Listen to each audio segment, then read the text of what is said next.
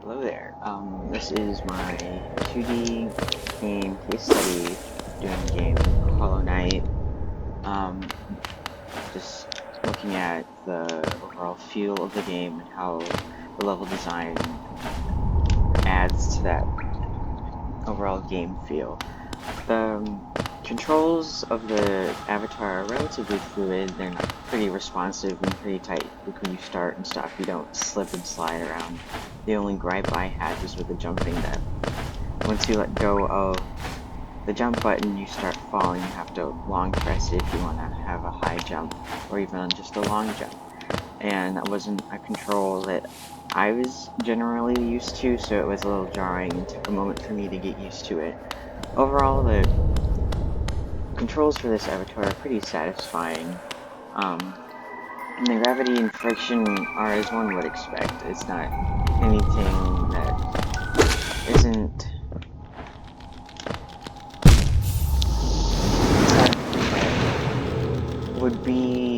it's not anything that would be jarring. It feels as one would think they feel. The hitboxes are a little smaller than I originally thought they would be, making it a little hard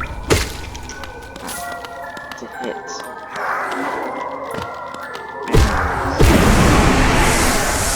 That was the thing that happened. Right there. But yeah, the overall gravity of this game and the friction they feel nice, and the visual effect of the sand dust coming up adds to that nice feel of friction. The collision behavior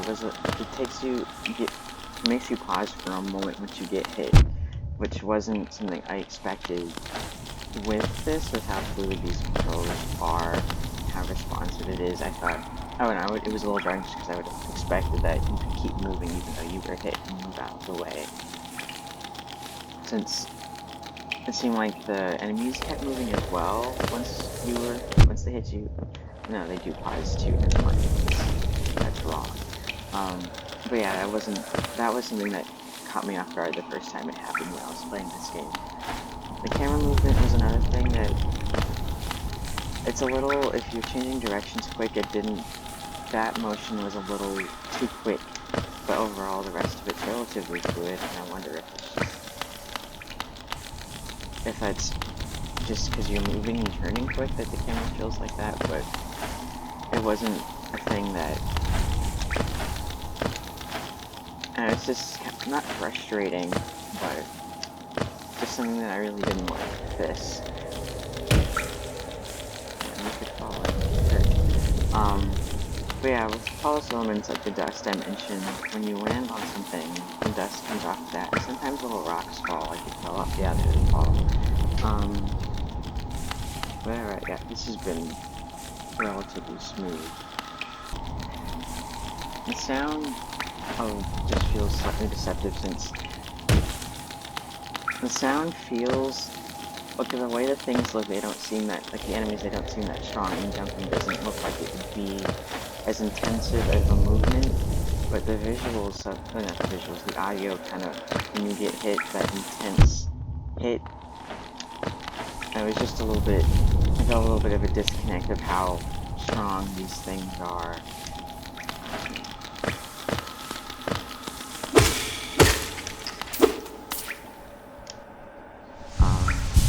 Then that little effect of the heal is kind of satisfying.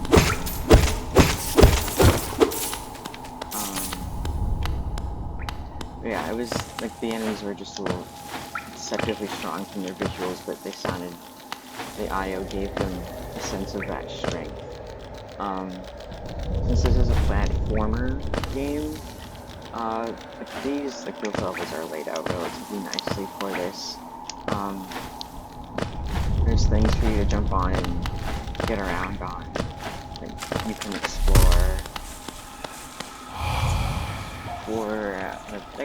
This is really the only kind of pop-up that it gives you where it stops the game and you can't move, and tells you how to use a thing. Oh, this is kind of annoying but like if you're right in front of this and you turn, quote unquote, to look at this, you get stuck. But yeah, like the overall platformer aspect of this game has been nice. It gives you, bro, things to use to get around enemies, like those walking beetles earlier. You use platforms to get around those, or just straight up jump over them. And yeah, bro, this thing. This is.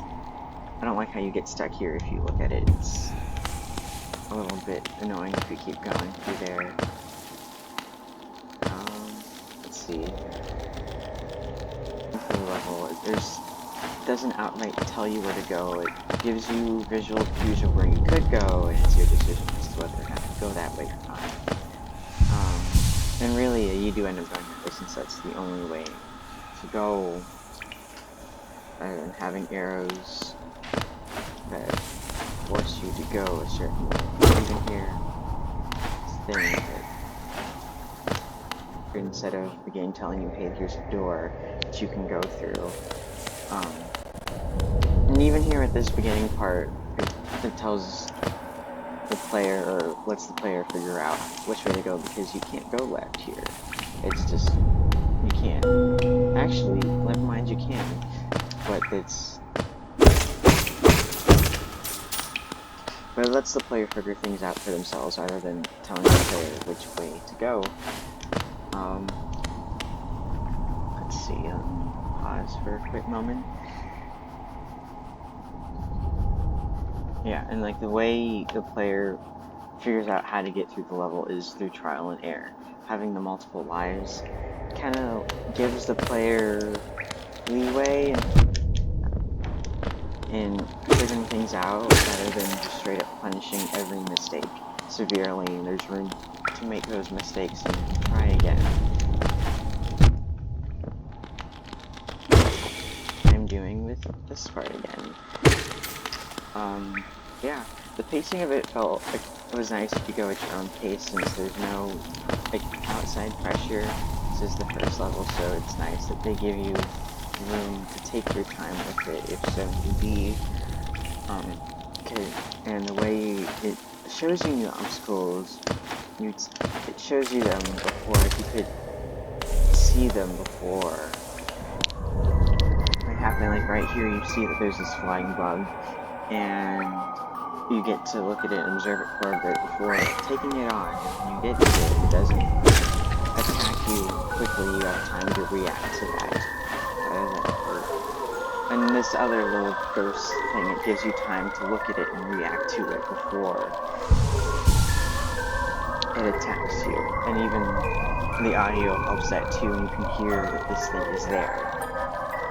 And same with all the other bugs, that you can perceive that they're there rather than them creeping up on you, which is nice for it being the first level. I don't know if that trend will continue for the rest of the game. You can see how it could be a point of added difficulty later on. But yeah, overall, this first level is pretty. The game feel is relatively satisfying. The only thing, camera movement and jumping, would be the only thing that would be points of frustration with this, at least for me. But yeah. Yeah, that is it for for my little case study of this first level of the game Hollow Knight.